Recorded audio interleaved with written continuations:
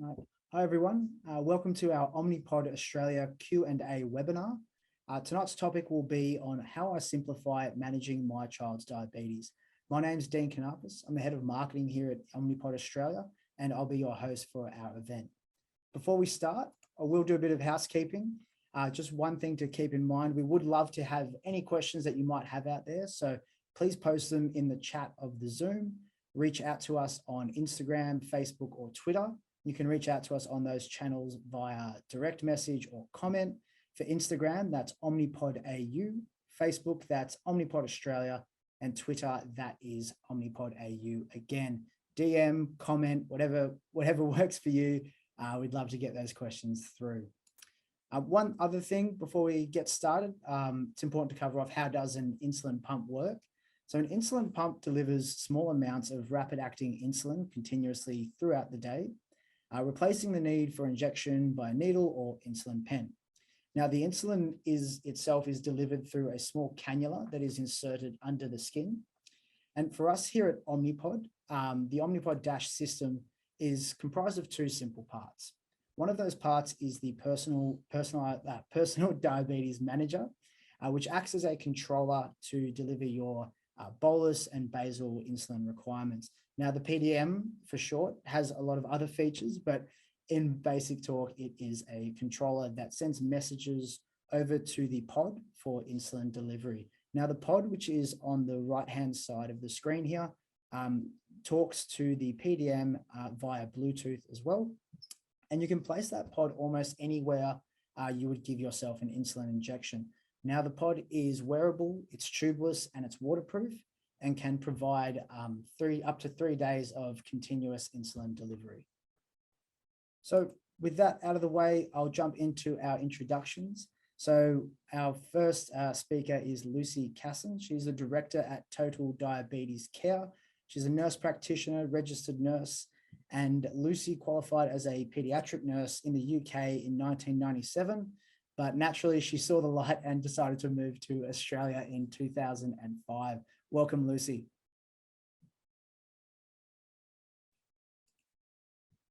Okay, so over to our parent of a podder speaker tonight, that is Zosia, speaking on behalf of her daughter, Lucy. Lucy has been on Omnipod DASH since November of last year. Having both experienced the benefits of Omnipod DASH system, they are excited to share their story as well. And thank you so much for joining us, Zosia. Okay, so for our first question, we'll jump into it. Lucy, can you explain the health benefits of tubeless insulin delivery systems over multiple daily injections? Absolutely. I'm just going to check you can hear me first. I've just unmuted myself. Brilliant. Okay. So Dean, you covered a little bit of this. I guess the first place to start is that it does replace the injections. So instead of several needles a day, sometimes in some people that could be up to 6 needles a day, you're looking at 1 needle every 2 to 3 days, just depending on how often somebody changes their pod. But also looking at the way the actually delivers the insulin, you're delivering it in a way more sophisticated way than you've currently been doing on injections. So when you think about particularly the long-acting insulin injections, whether that's 1 needle once a day, or whether that's a needle twice a day for your long-acting, it's a set dose of insulin that lasts for a set period of time. And with insulin delivery systems via pumps, you can actually tailor those insulin requirements to suit what the individual person needs. So for example, if your sugars do a drop overnight, but then they obviously rise at other points before you wake up in the morning, a long-acting dose of insulin is just not going to cover that. But with insulin delivery systems, you can tailor those doses to change every hour if you need them to. So you can actually affect those drops and affect those highs and prevent them happening by having different, what we call basal rates throughout the profile.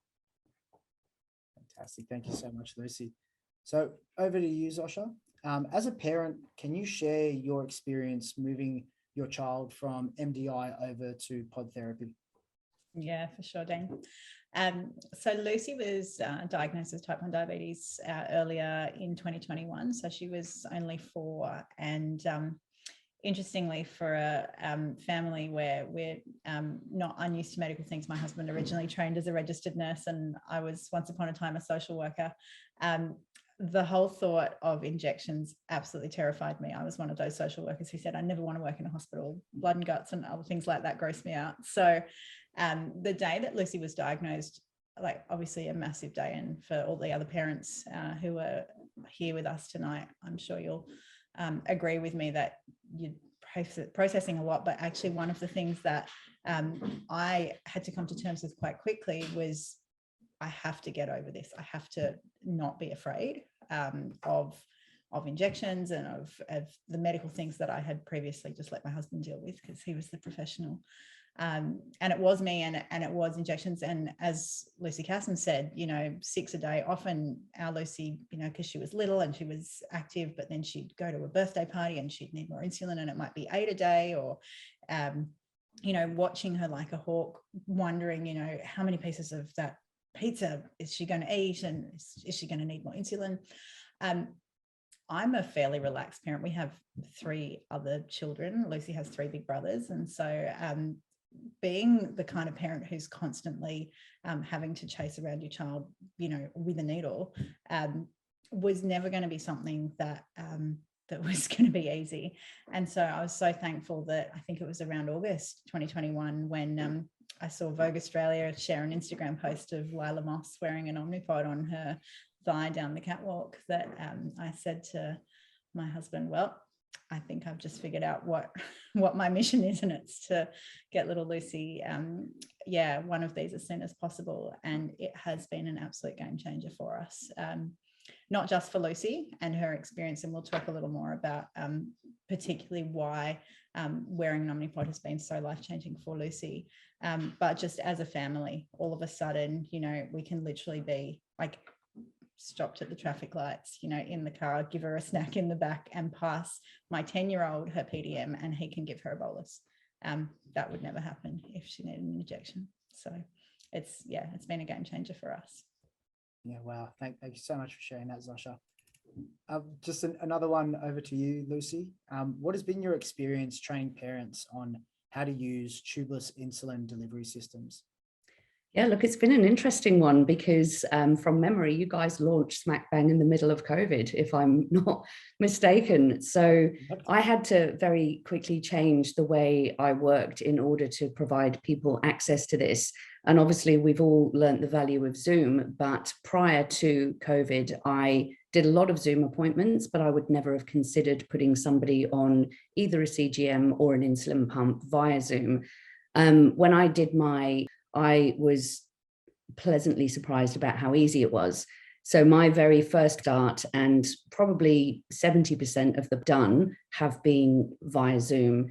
And I've found that the ease of the process in comparison to other systems has been much easier to explain on a virtual platform, because usually I feel the need to jump in and help people out with the practical side of things. So as well as improving my educational skills, I have found this to be the easiest system by which to train with. So it's been a pleasure, to be honest, to actually put people on this. And I often get to the end of the training, if it's done via Zoom or even via face-to-face, and go, oh gosh, I've missed something. That just seemed too easy in comparison to what I'm used to. Wow, thank you so much, Lucy. Our next question, Lucy, you again. What has been the feedback from parents of children you have commenced on our tubeless delivery systems?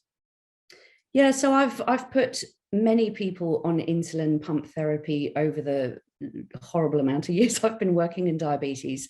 And I think what struck me, there's always positive feedback with going on a more sophisticated way of delivering insulin. But the particular thing that I've seen with the tubeless in children is that there is greater flexibility to not have to stop the child doing what they're doing in order to be able to give their insulin. And Zosia certainly touched on that with being in the car and having one of her other children be able to actually give Lucy her insulin. But the other thing Zosia said, I'm going to refer to us as Big Lucy and Little Lucy because that's what we do and it's easier. One of the stories she told me was that Lucy could be jumping on the trampoline and maybe having a picnic with her brothers or in the pool. And rather than hoik her out, which parents have to do, and take her away from the party, to deliver her insulin, she can actually stand on the balcony and actually program her insulin from afar. And I think that's what really has been the overwhelming feedback for me, is that there's no actual interference with stopping the child doing what they're doing. And the other real main benefit I've seen with this is I've got a lot of kids who are obviously either in the pool all day, or I've got another girl who is twice daily training in the surf for surf lifesaving. And her disconnecting her tubed pump just didn't work for her to go back to injections. So the fact that she can still wear the tubeless insulin pump and be able to continue with those sports and not suffer glucose levels wise has been probably one of the biggest things as well. Wow, that's amazing. Thank you so much, Lucy. So another question for you, Zosia.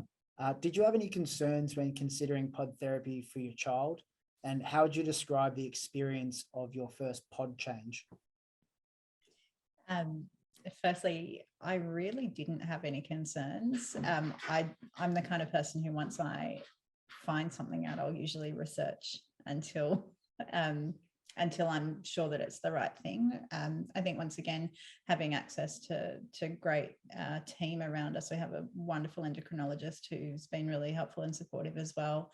And once we connected with Lucy Casson, finding that her experience and the questions that we had, she was able to answer. But honestly, we knew for us that a tube system wasn't going to be the right fit for Lucy. She's a small person. She just turned 5 at the beginning of this year. So the difference in size, and we actually went to an education session with other parents at our children's hospital and saw everything in front of us, but didn't see the dash, but knew what size it was. And I'd actually already ordered the demo box and had that with me, and kind of sized everything up and went, I know that this will work. And obviously reading the stories of families in other countries who'd been on the dash previously and had a great experience with some of the Insulet team who were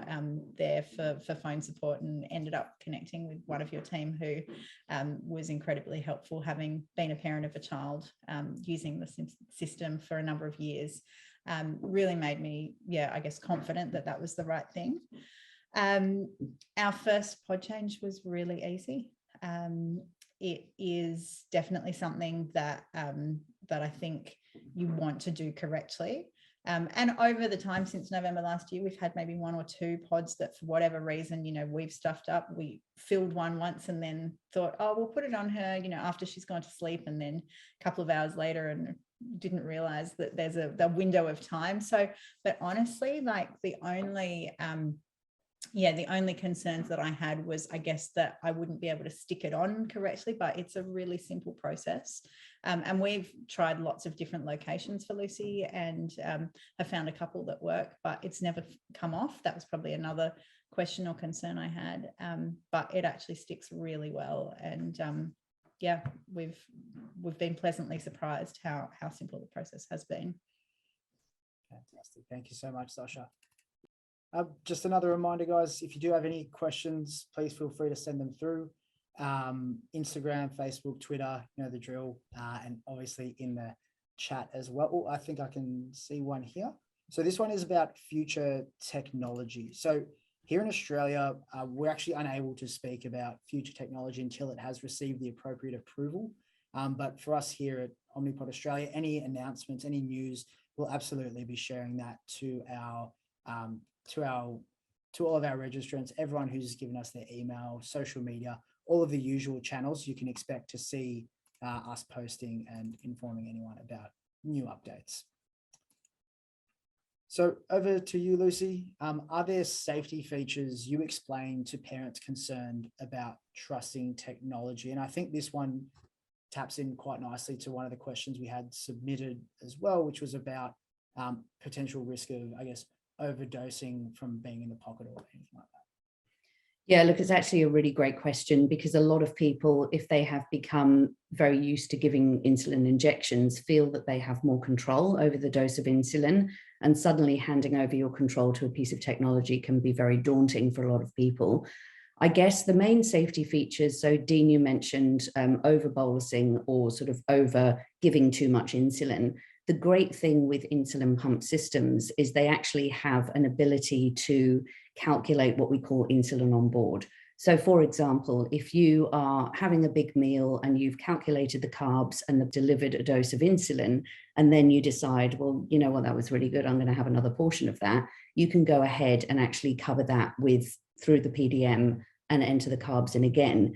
Now, what the system will do, as opposed to injections, is say, well, hang on, we've got this much insulin currently working. I don't want to give that whole dose because we know that that's otherwise going to cause a crash of insulin, or what we call stacking of insulin.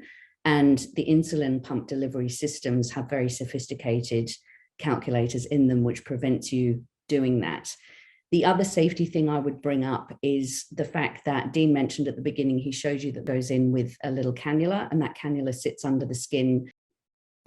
Thank you so much for that, Lucy. Another one for you, Zosh. What has been your experience with the waterproof feature since starting pod therapy? I think Lucy started it in November, so peak summer period. So yeah.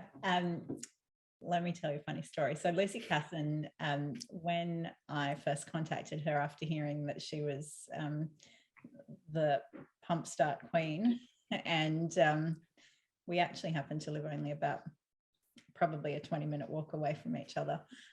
I left a very long and impassioned voicemail, and then followed up with a text saying, I know that you're booked out, but is there any way that you could fit us in? I said, I have a Lucy too, and she wants to be a mermaid when she grows up.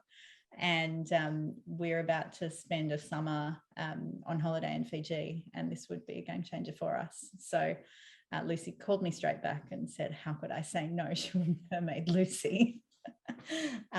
But that really has been an incredibly surprising benefit of the pod. I did expect that we would have issues either with sand or with water or at the beach, or we honestly spent a month in Fiji in January, and it enabled Lucy to do absolutely everything that the rest of our kids were doing. She was, deep sea diving, snorkeling with dolphins. She was at kids club. She was everywhere where everyone else was. And that pod gave her the freedom to do it. And about halfway through our trip, I was getting her changed into her swimmers, and she said, Mummy, sometimes I actually forget that I have diabetes now.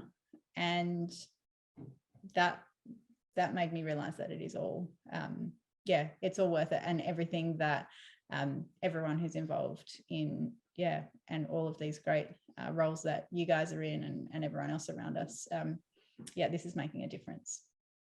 I have to jump in there, sorry to interrupt. Zosia actually sent me that message when they were away and said that Lucy had made that comment and sent a beautiful picture of her on holiday. And for me, I just went, that's why we do it. Yeah, that's certainly creating some water in the eye after that story. So thank you so much for sharing that. Back over to you, Lucy. Quite an act to follow there. But no pressure. Yeah, no pressure. Exactly right.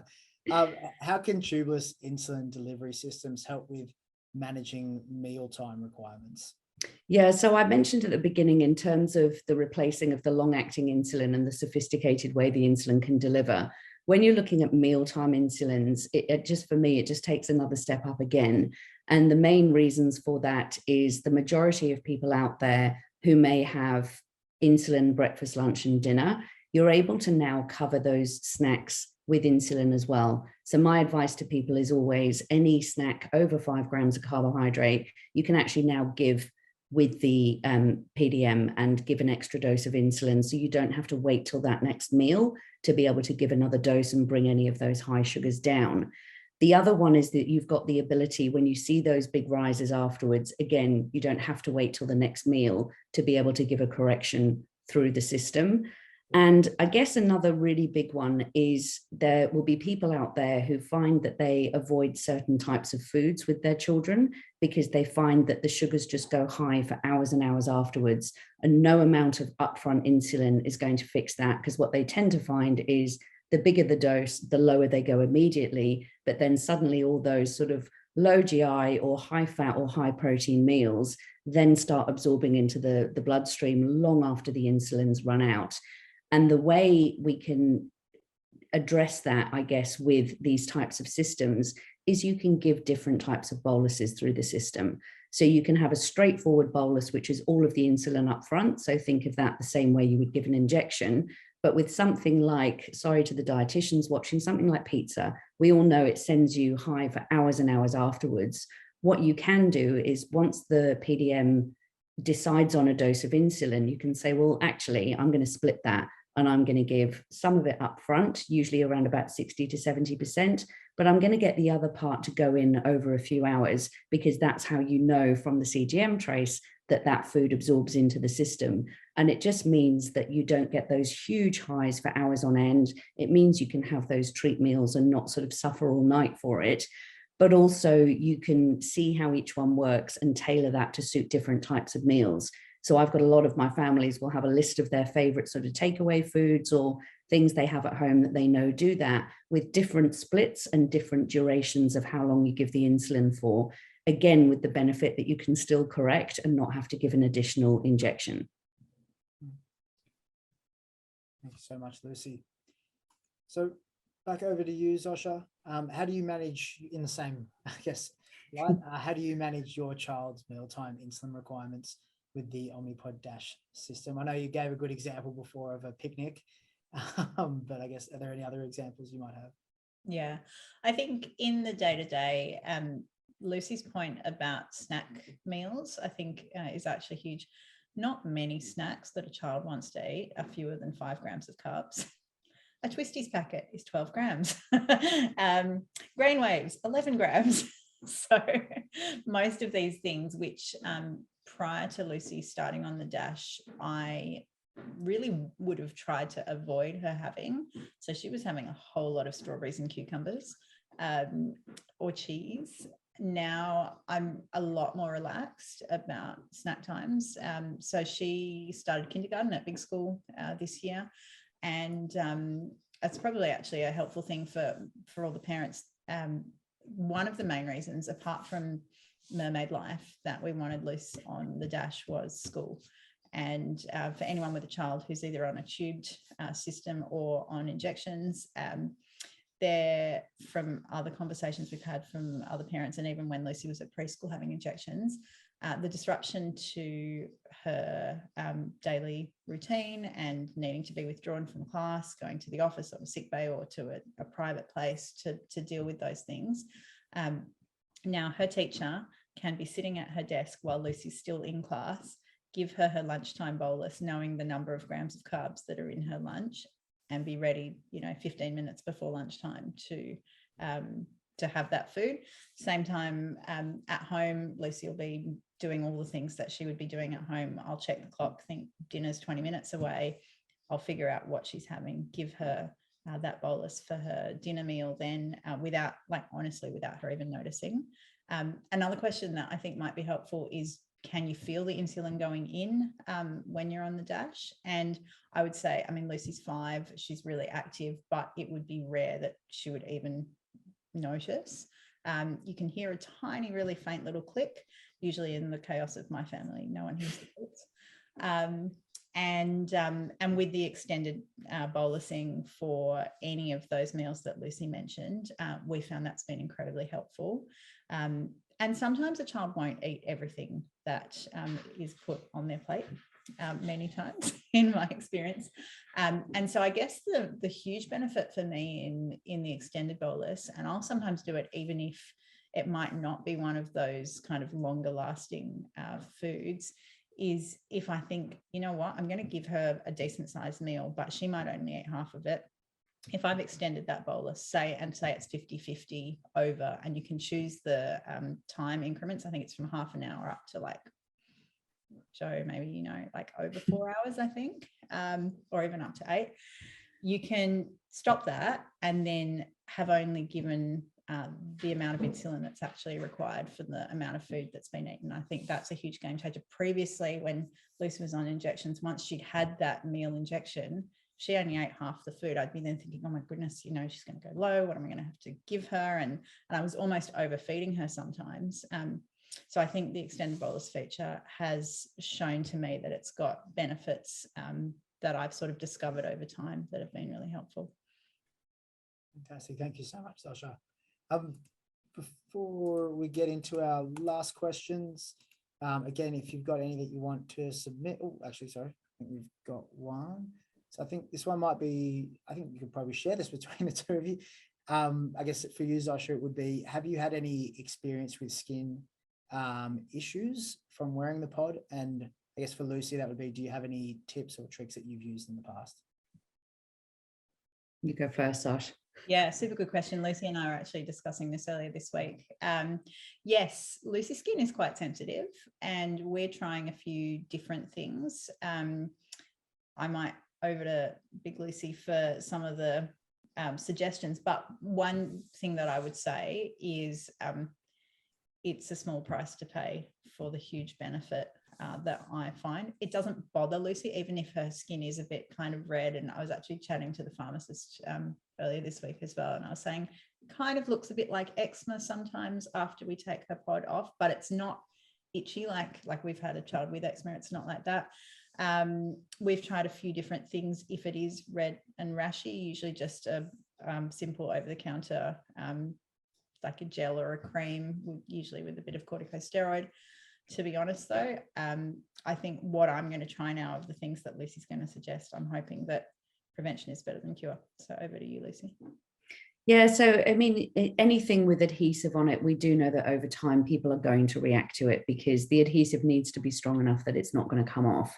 One of my main things, and a lot of people don't tend to do this because they might be on either their pods or their CGMs or whatever system they're on, they tend to just pull them off at the end of the week or the 3 days or whatever it is. As much as it's time consuming, I do tell people, even if you've never had a skin reaction, to try and use something like the Remove wipes or something with an oily base, whether that's eucalyptus oil or tea tree oil, and just put it on a piece of cotton wool and sort of gently go under the adhesive and gradually remove it so that you're not pulling a layer of skin off that you can't necessarily see. But what happens with that skin that's all knitted together is eventually it's going to come apart and it's not going to knit back properly. And a lot of what I see people are saying, we've been doing this for 2 years and now suddenly we're getting problems. And that's the reason why. It's over time, the skin doesn't get a chance to heal. So that's one of my main tips, is to actually remove the device patiently rather than just be tempted to pull it straight off. But the other one is there's plenty of really good skin preps out there on the market. And as Zosia spoke to her pharmacist, the things I would recommend are things like there's a thing called Skin Prep. They can come in little wipes or you can get a spray. And the other one that I find really effective is the Cavalon Barrier Spray. And again, you can get these in wipes, which tend to be a bit more expensive, or a big bottle to spray on. So just have a chat with your pharmacist. And what I tend to find is if you prep the skin properly with one of these skin prep barriers, it will allow it to dry, and then you can pop the device on top and you just have that little protective barrier to stop the skin getting that sort of real adhesive reaction. So I always say, try everything that's out there because not one thing will work for everybody. So don't give up on the first go. You can look online, you can go to your pharmacy. There's so many skin preps out there now. Okay, so back over to you, Lucy. Who would you consider for tubeless pump therapy, and what are the steps to start? So it's a question I've been asked a lot over the years, and my answer has changed considerably over the years as I've got more familiar with insulin pump therapy. My easy answer to that, who would I consider? Anybody who wants one. So it's if the person has got the motivation and the willing, then I would say absolutely, let's give it a go, because I just think you've got nothing to lose by trying this and seeing if it helps improve your glycemic control. In terms of the steps to start, Dean, you mentioned that there needs to be a letter of clinical need from the treating team. That needs to be either an endocrinologist or a prescribing nurse practitioner, and then an order form, which then gets sent through to the company. And my experience with doing this, it's a very seamless process that once all that's completed and sent off, then the kit is dispatched to the family or to the healthcare professional, whatever the healthcare professional has recommended. And there's lots of communication along the way from Insulet in terms of what the time frame looks like in terms of when it's going out and when to expect delivery. So you're very safe in once you've ordered to book a date with your family and know that it's going to get there on time. Thank you so much, Lucy. Okay, over to you, Zosh. What advice would you give to your past self when considering Omnipod DASH system for your child? I know you said you did a lot of research, but maybe think prior to that research. Yeah. And I think right from the moment Lucy was diagnosed, I dived in to answer the question, how can this not hold her back? She's someone who, she has 3 older brothers, so she feels already like I think she can do anything because she's had to grow up with great resilience even from birth. And I think as a parent, you want to give your child every opportunity to not just pursue their dreams, but to really thrive in every area, and particularly with their health. And a 4-year-old diagnosis of type 1 diabetes is something that I think can feel really scary and overwhelming, and like this will change their life forever. So I think to myself and to anyone else who's listening to this, just to remember that as your child grows, that technology will evolve as well, and that we're just so fortunate that there are really smart people all around the world who are on our side and working to help our kids to have the most most wonderful and normal and thriving lives that is possible. And so I'm excited for what we currently have and what's to come through Insulet as well.